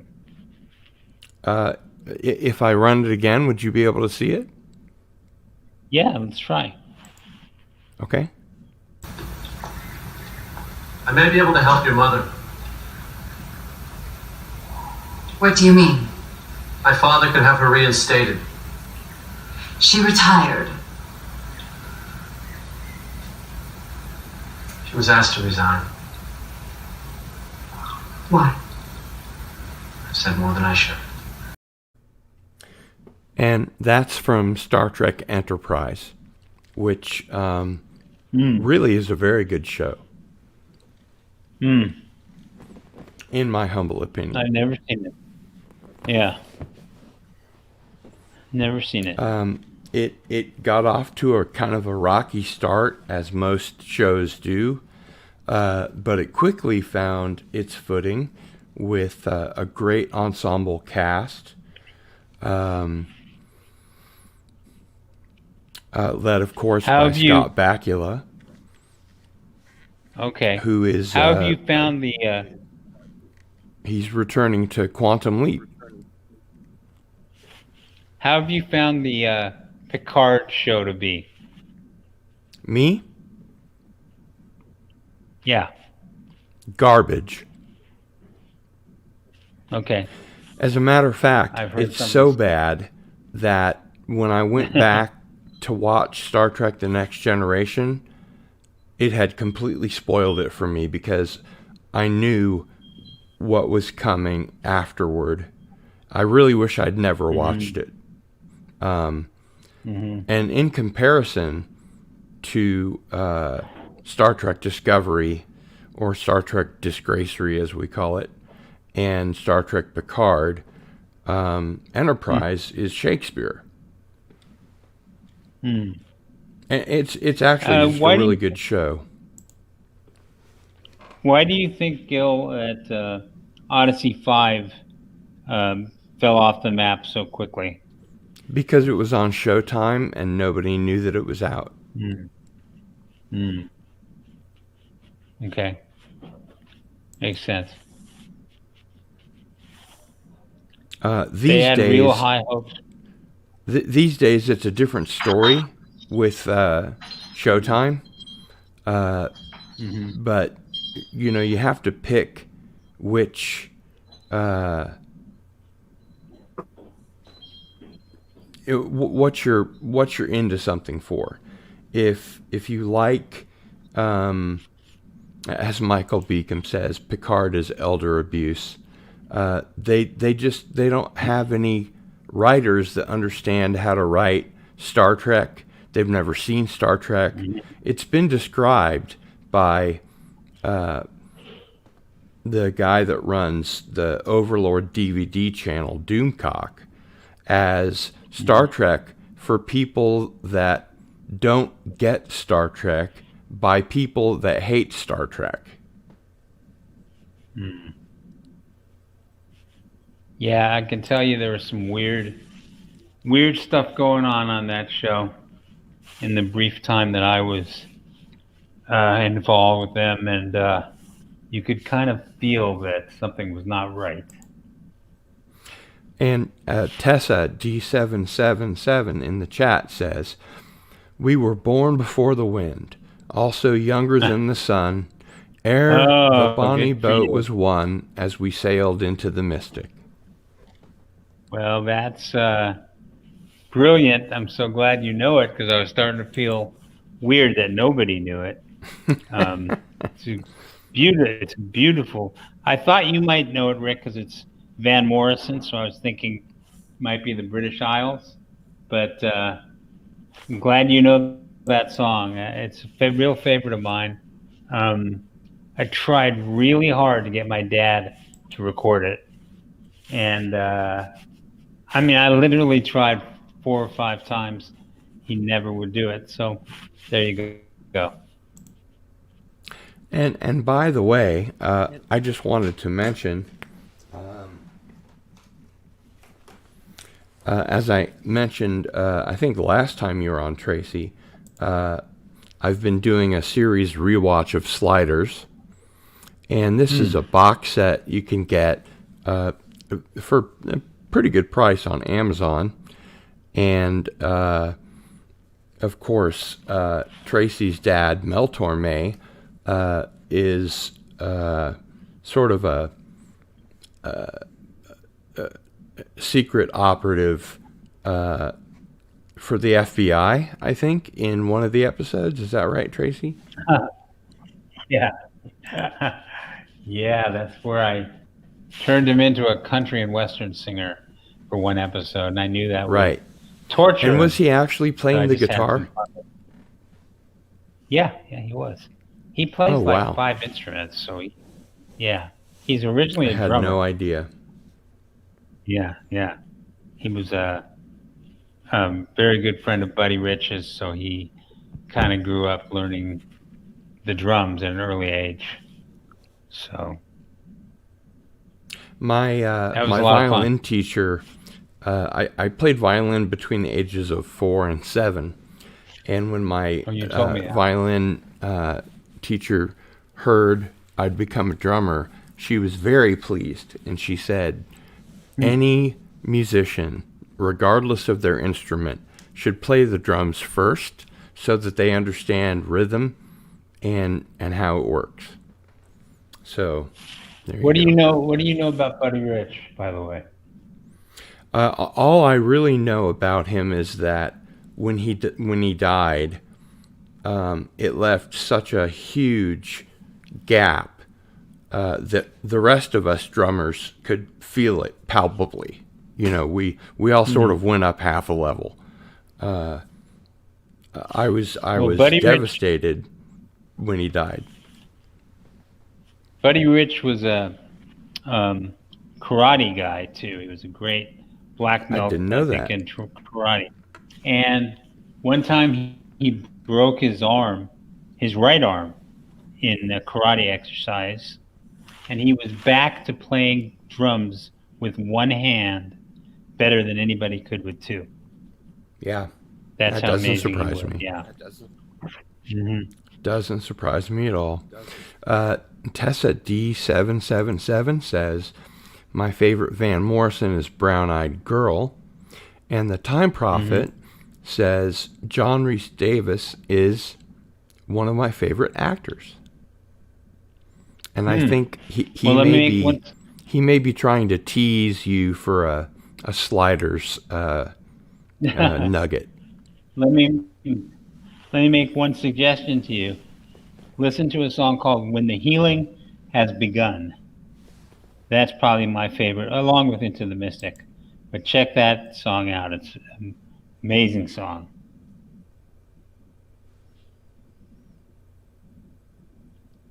And Michael Beacom says Moon Dance by Van Morrison is one of my favorites. Yeah. And Tessa G777 says, now you guys have done it. I had to open a can of Spam. Oh. I don't know how many people actually realize in this day and age that spam, referring to unwanted email, was named after actual spam because I don't remember which television executive this was, but one of them did something that really pissed off the fans, and they made an organized effort to send in cans of spam to him, and he got thousands of them, and that's where spam comes from for email. And speaking of Monty Python, Yes. they did quite a few sketches on spam. Spam. Bloody Vikings. Yeah. So when we were in high school, and Monty Python first came over to the States, we couldn't. Again, it's kind of like The Prisoner. We couldn't, turn our eyes away from the screen. It was so bizarre and different. So we read right from the very beginning of the U.S. Version, where I guess they ran the BBC versions, but hilarious show. Or the ITC version, as it were. Mm-hmm. Yes. I wanted to ask Rick a question. Please do. In the interview that McGoohan gave in 1983, he said that Leo McKern and he were very good friends, and that he selected Leo McKern because he was the best actor on the planet.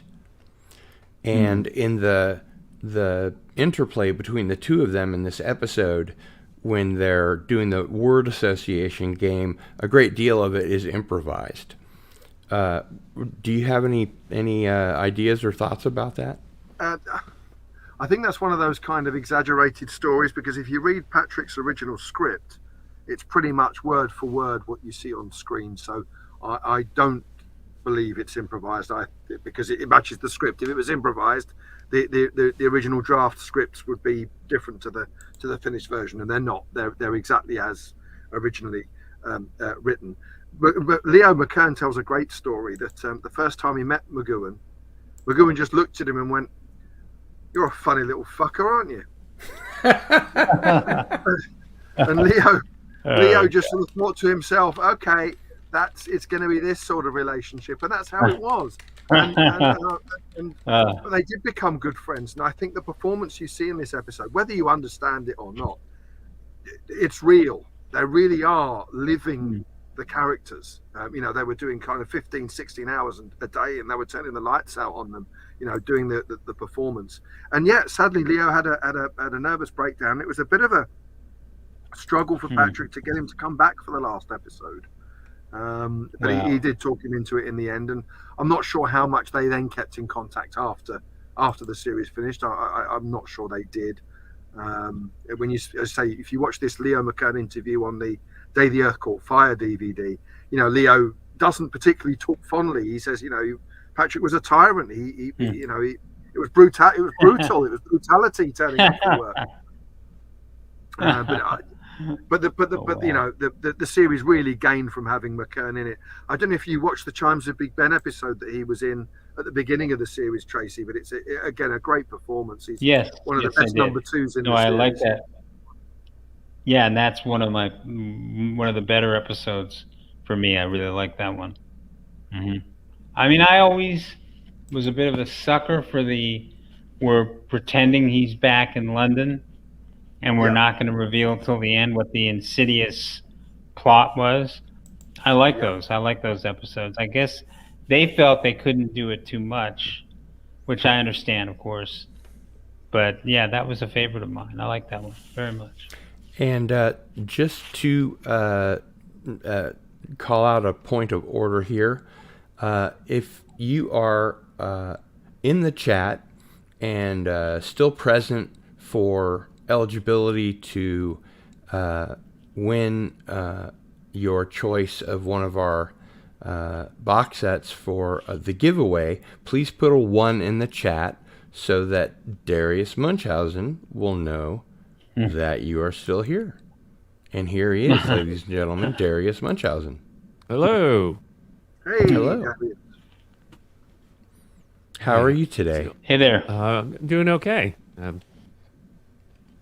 Just watching the show. And, I've been entering the names from the beginning of the chat, but I just want to make sure that everyone's still here. I know Rod Thunderheart popped in, but he had to go. Peter Graves is here. Yep. And Ivan Ivanovich is here. Rob Altus is here.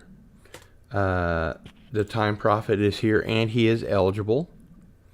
My brother puts in a not 1, which means that he doesn't have a physical media player that will play it, or he just doesn't want it. Okay, but well, I will everybody remove him else then. that's in the chat, please put in a 1 so we know you're still here. Mm-hmm. And Yeah, I had Ari on the wheel already, but I'll remove him if he doesn't want to enter. All right, there we go. And I've got Rick and Tracy on the wheel, too. Oh, wow. Son of a Red Shirt says, I feel like a jerk. I said I was going to leave, but I'm having too much fun. I really wish I knew this was happening sooner. I would have shown up better prepared. Well, good, because he's on the wheel, too. Yeah. Let's see. Great. And Only fair. my brother says he's recusing himself.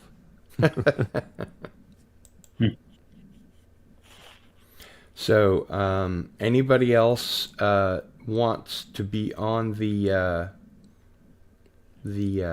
spinner wheel for our giveaway? Put a 1 in the chat.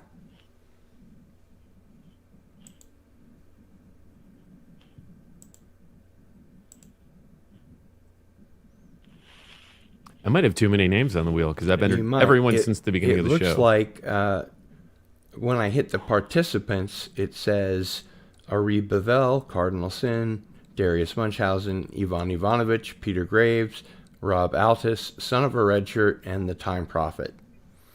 And of course, mods are eligible. So Darius, make sure that you and Peter are also on the wheel. Mm-hmm. You might be looking at a different wheel. I have it open in a tab here, and I did put Peter on the wheel. Great. And at some point in the near future, you'll need to show me how I can make him a mod, because I didn't have any luck clicking his name. Okay. So there's the spinner wheel, and I guess we have to remove a couple of folks, huh? Yep. I don't see Lord Ludicrous Plaid anymore. Let's see. Rui Pereira. Checking. I don't see 1.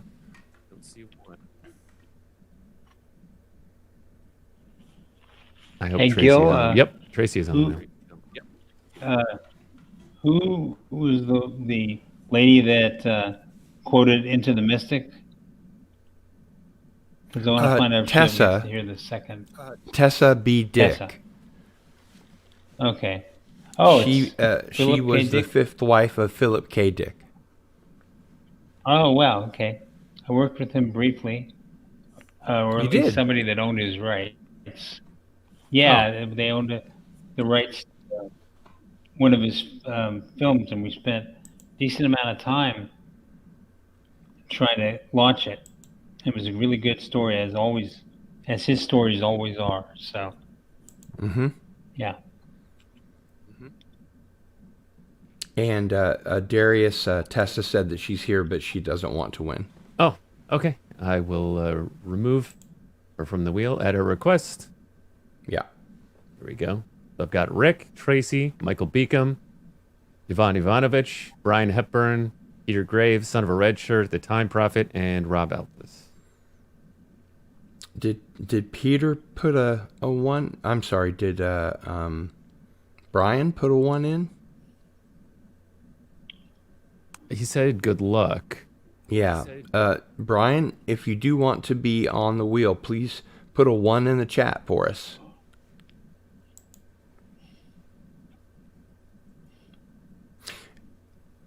And Michael Beacom says Leo McKern is the kind of guy who could read you instructions off a Betty Crocker box and make it fascinating. Uh-huh. Yeah. Michael Beacom.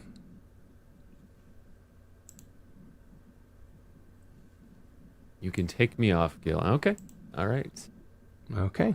For Brian's request, I will remove him from the wheel. Now we have 8 names. Yeah, you guys should take me off too.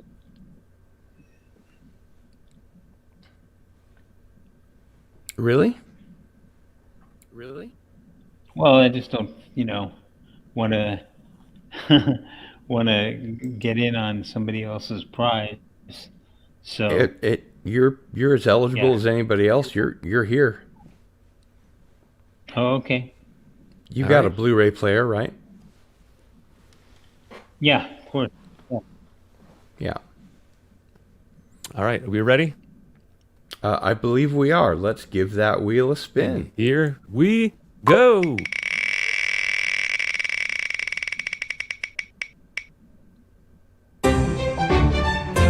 Hey. Congratulations, Ivan Ivanovich. Hey, well done. Yay. And now I just need for Yvonne to tell me whether he would like the box set, the Blu-ray box set of the complete series of Terminator, the Sarah Connor Chronicles, or the 4K very nice limited edition box set of Thor. And then I will get that out to him.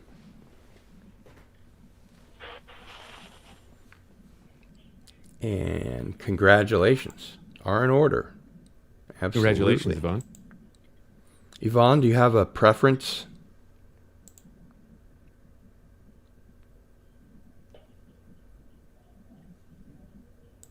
Let's go with Thor, he says. Okay. Thor it is.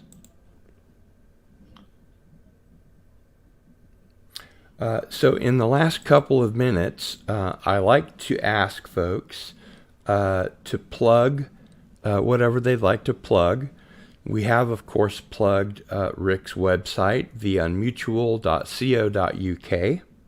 Oh, thank you very much. Darius, what would you like to plug? Tomorrow night, Cardinal is doing Into the Fringe, his Thursday show, so make sure you tune in for that. Thank you. That's going to be our abduction roundtable with Kathleen Martin and Denise Stoner.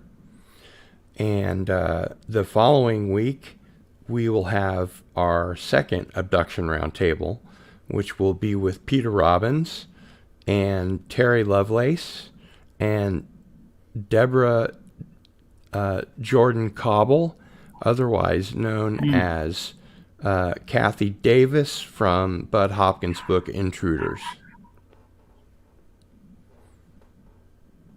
Very cool. Tracy, were you involved in Intruders? Yes. Yeah, I wrote Did you write the miniseries. screenplay? Yes. Yeah, that's what I thought. Yeah. Mm-hmm. And is there anything you'd like to plug, Tracy? Just the breaking UFO news right now is pretty amazing that the whole world is kind of asleep about it, but it's pretty fascinating stuff, and it's happening all the time now. So Anything specifically that you had in mind?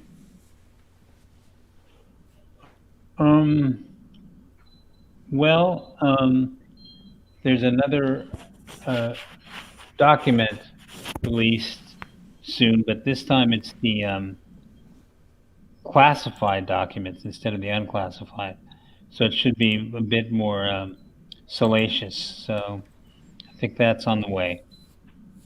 Is that going just to Congress, or is it going to be publicly available? Do you know? It'll initially go to Congress, and eventually it will be picked up by the press, hopefully. So, yeah, the first stop is the Congress, and it's real serious stuff. It's not, a hoax or anything like that. It's really all coming forth now, gradually. Very good. And Darius, is there anything you'd like to plug for your channel? I just do a Monday night show at 8 p.m. Mostly unstructured with no plans and no themes, but 8 p.m. Eastern. And there's lots of laughs, and people seem to have a really good time. Yeah, I don't really do the politics or the rants and raves. It's I just like to have fun. And it's supposed to be 2 hours, but we usually go up to like 5 hours. Yeah. And Cardinal Sin is always welcome. I try to make it. Last Monday I had Masters of the Genre with science fiction writer Paul D. Filippo, and the other times I just forget. So I'll do my best to make the next one. And I think that's going to wrap it up for us here on this episode of I Am Not a Number. Please, everyone, remember, next week we're going to take a pause so that Rick can join us for the final episode, Fallout. And even though that's going to be the end of our review of The Prisoner, it's not the end of the show. We're going to be doing a watch party via Cosme of the remastered Danger Man episode Colony 3, which is the prototype for The Prisoner. And then the week after that, we will be